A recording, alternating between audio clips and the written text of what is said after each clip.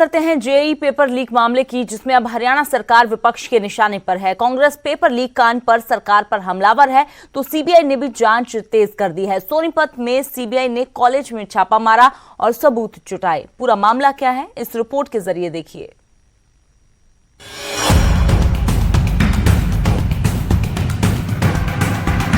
Haryana paper leak का केंद्र बनता जा रहा है। पेपर लीक कांड पर सियासी पारा भी चढ़ा हुआ है। अब जेईई मेंस पेपर लीक मामले के तार हरियाणा से जुड़ रहे हैं। सीबीआई ने सोनीपत के हिंदू कॉलेज ऑफ इंजीनियरिंग में छापा मारा और अपने साथ कागजात लेकर चली गई। लेकिन क्या लेकर गई, इसकी जानकारी न तो पुलिस को है और न ही कॉलेज का स्टाफ कुछ बता रहा है।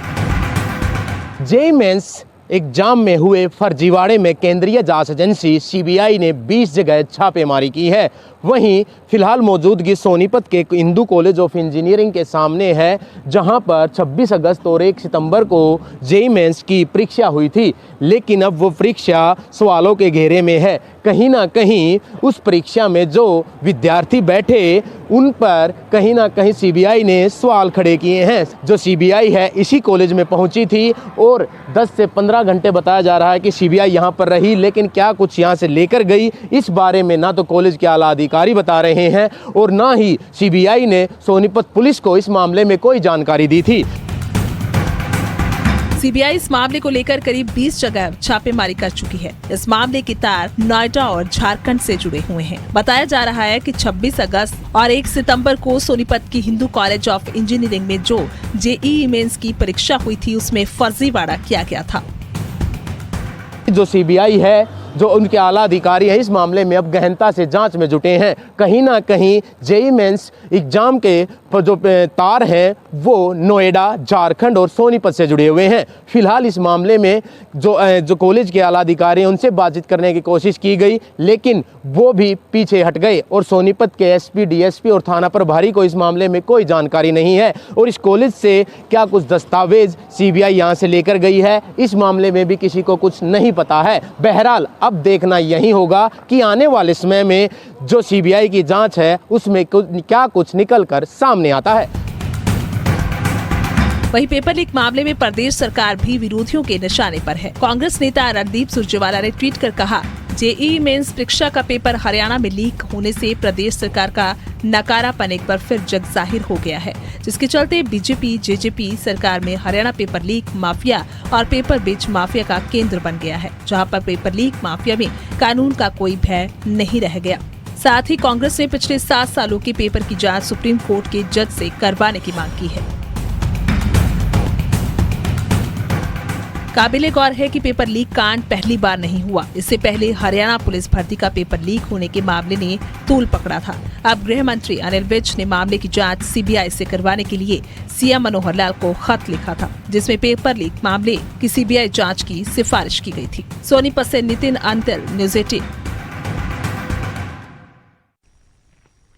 और अब बात करते हैं पूर्व सीएम ओपी चौटाला की, जो मेरिट के साथ पास हुए हैं। 10वीं के अंग्रेजी के इम्तिहान में 88 अंक हासिल किए हैं।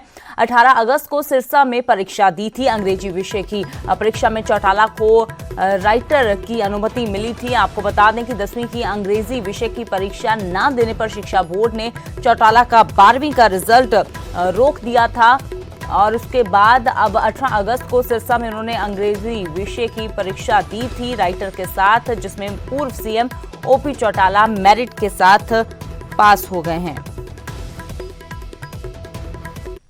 माननीय ओम प्रकाश चौटाला जी का हम सम्मान करते हैं और हमारे बोर्ड के मानद परीक्षार्थी हैं किस्म से, और वो मेरिट में पास हुए हैं। मैं उनको बहुत बहुत बधाई देता हूँ। 88% अंकों के साथ ओम प्रकाश चौटाला जी ने 10वीं की परीक्षा पास की है।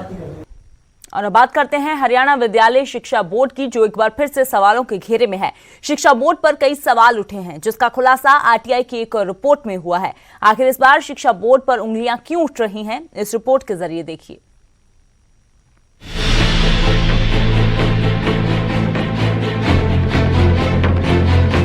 हरियाणा विद्यालय शिक्षा बोर्ड जो अक्सर विवादों में रहता है, और इस पर फिर अधिकारियों और कर्मचारियों ने ऐसा कारनामा किया है जिससे एक और विवाद खड़ा हो गया। कर्मचारी सरकारी आवासों में ऐश कर रहे हैं, एसी में बैठकर आनंद ले रहे हैं, क्योंकि बिजली के बिल का भुगतान तो उन्हें नहीं करना। इसके लिए तो बोर्ड है ना जो उनकी भरपाई कर रहा है। चौंकाने वाला एक खुलासा आरटीआई के जरिए हुआ है। समाज सेवी ब्रजपाल परमार ने आरटीआई लगाकर ये जानकारी मांगी थी, जिसके बाद सबकी पोल खुल गई।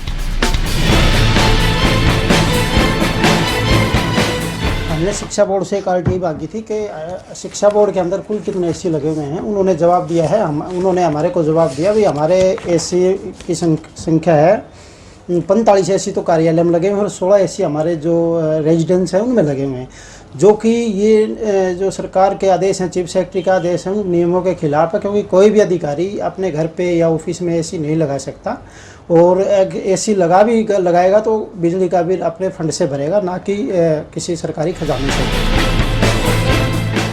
बोर्ड के सरकारी आवासों में रह रहे अधिकारी और कर्मचारियों पर बिजली के बिलों में हेराफेरी के आरोप लगे हैं। बोर्ड के सरकारी आवासों की बिजली के बिलों में हेराफेरी। अधिकारी और कर्मचारियों के बिल भर रहा शिक्षा बोर्ड। 227 सरकारी आवासों में से लगे हैं सिर्फ 7 मीटर। नियम ताक पर रख कार्यालयों 45 तो आवासों में लगे हैं 16 एसी। समाजसेवी ब्रजपाल परमार का कहना है कि वो रिकवरी के लिए हाई कोर्ट जाएंगे। ये मुझे लग रहा है कि जो शुरू से जब से बोर्ड का गठन हुआ तब से ही ये चल रहा है और मैं इसमें कुछ जानकारी, मेरे को गलत जानकारी बोर्ड द्वारा दी गई है, उसमें मैं अपील में जा रहा हूं और अपील में अगर गलत जानकारी देंगे तो एसपीओ के खिलाफ IPC 167 के तहत मुकदमा दर्ज कराऊंगा। क्योंकि लोक सेवक अगर कोई गलत जानकारी देता है तो उसके खिलाफ IPC 167 के तहत मुकदमा दर्ज करवाया जा सकता है। वहीं मामला सामने आने के बाद शिक्षा बोर्ड के सचिव ने भी सख्ती दिखाते हुए बिजली बिल और एसी का पूरा रिकॉर्ड मांगा है और गड़बड़ी मिलने पर सख्त कार्रवाई का आश्वासन दिया है कि एक एक पैसे की रिकवरी होगी। देखिए, ये मामला अभी तक मेरे संज्ञान में नहीं आया है। आपने मुझे बताया है, इसके बारे में जो है मैं डिटेल्स मैंने बोल दिया है, तो इसकी डिटेल्स चेक करके कल तक हमारे पास क्लियर रिपोर्ट होगी कि इससे पहले अभी तक क्या प्रैक्टिस रही है। लेकिन आगे के लिए जो है, जो व्यक्ति इसका उपभोग करेगा वही उसका भुगतान करेगा। हरियाणा शिक्षा बोर्ड का विवादों से पुराना नाता है और इस बार बिजली बिल में हेराफेरी का एक और विवाद जुड़ गया है। हालांकि बोर्ड के सचिव पाई वसूलने का दावा कर रही हैं, लेकिन कब? और सबसे बड़ा सवाल कि अधिकारी किसकी शय पर अब तक ऐश कर रहे थे? क्यों इससे पहले किसी ने भी जहमत नहीं उठाई अधिकारी से सवाल पूछने की कि ये पैसा उनकी ऐशो आराम के लिए नहीं बल्कि स्कूल में पढ़ने वाले बच्चों के भविष्य के लिए। भिवानी से जुगबीर खनगस, न्यूज़ 18। और अब बात करते हैं पैरा खिलाड़ियों की जो लगातार शानदार प्रदर्शन कर रहे हैं। हरियाणा सरकार ने टोक्यो पैरा ओलंपिक में स्वर्ण पदक जीतने वाले मनीष नरवाल को 6 करोड़ तो रजत पदक विजेता सिंहराज अधाना को 4 करोड़ रुपए इनाम राशि देने की घोषणा की है। सीएम मनोहर लाल खट्टर ने दोनों ही खिलाड़ियों को बधाई दी है। सिंहराज का टोक्यो पैरा ओलंपिक में ये दूसरा पदक है, तो वहीं शूटर मनीष नरवाल ने गोल्ड जीतकर देश का नाम रोशन किया है। तो अब तक 3 गोल्ड भारत की झोली में डाल चुके हैं। ये खिलाड़ी लगातार अपना शानदार प्रदर्शन ये करते नजर आ रहे हैं। तो शूटर मनीष नरवाल ने गोल्ड जीता है तो सिंहराज अधाना ने सिल्वर जीता है।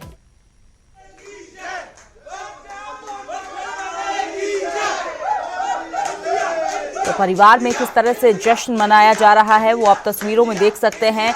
एक और मनीष नरवाल का परिवार है, एक दूसरे का मुंह मीठा करवा रहा है, तो दूसरी ओर सिंहराज अधाना का परिवार अपने बेटे की दूसरी बार की जीत पर पूरी तरह से गदगद नजर आ रहा है। तो सिंहराज अधाना ने सिल्वर मेडल जीता है और सिंहराज का टोक्यो पैरा ओलंपिक में ये दूसरा पदक है। तो पैरा ओलंपिक में एक और गोल्ड जीता मनीष नरवाल ने गोल्ड जीता, तो उसको हरियाणा सरकार ने 6 करोड़ देने का ऐलान किया है। तो वहीं सिंहराज अधाना को सरकार 4 करोड़ की इनामी राशि से सम्मानित करेगी।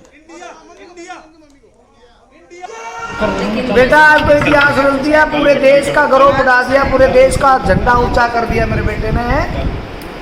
तो कहीं ना कहीं जो हाँ, बहुत अच्छे बेटे।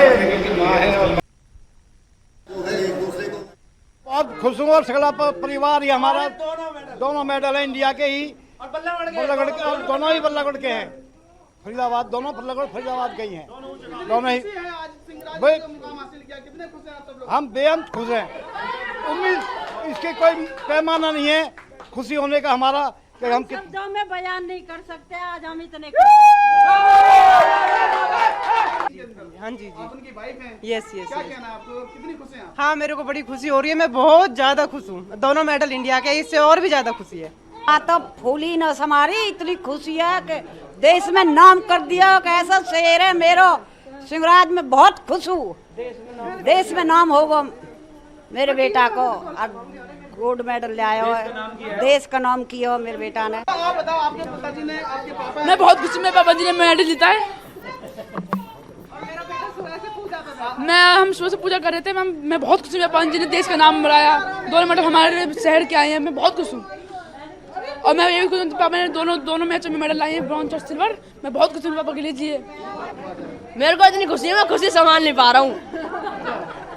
मेरे पापा ने ये देश के लिए मेडल जीता, मैं इसके लिए बहुत ज्यादा खुश हूँ। और पापा ने और इंडिया ने 2 मेडल जीते, इसके लिए और भी ज्यादा खुश हूँ इसलिए।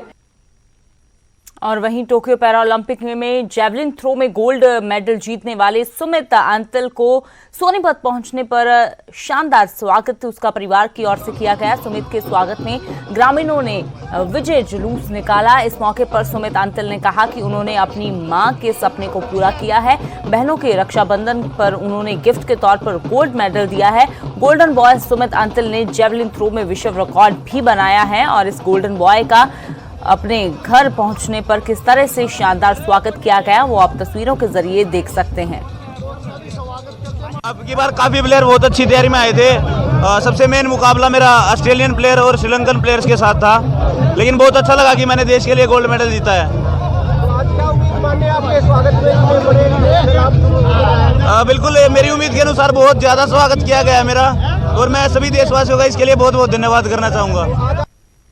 तो वहीं भिवानी पहुंचे बॉक्सर विजेंद्र सिंह ने सरकार को जमकर घेरा। विजेंद्र ने कहा कि सरकार के भरोसे तो खिलाड़ी और युवाओं को बाबा बनकर मंदिरों में बैठना पड़ेगा। तो वहीं करनाल में हुए लाठीचार्ज पर विजेंद्र ने कहा कि सरकार ने किसानों पर तालिबानी रवैया अपनाया है।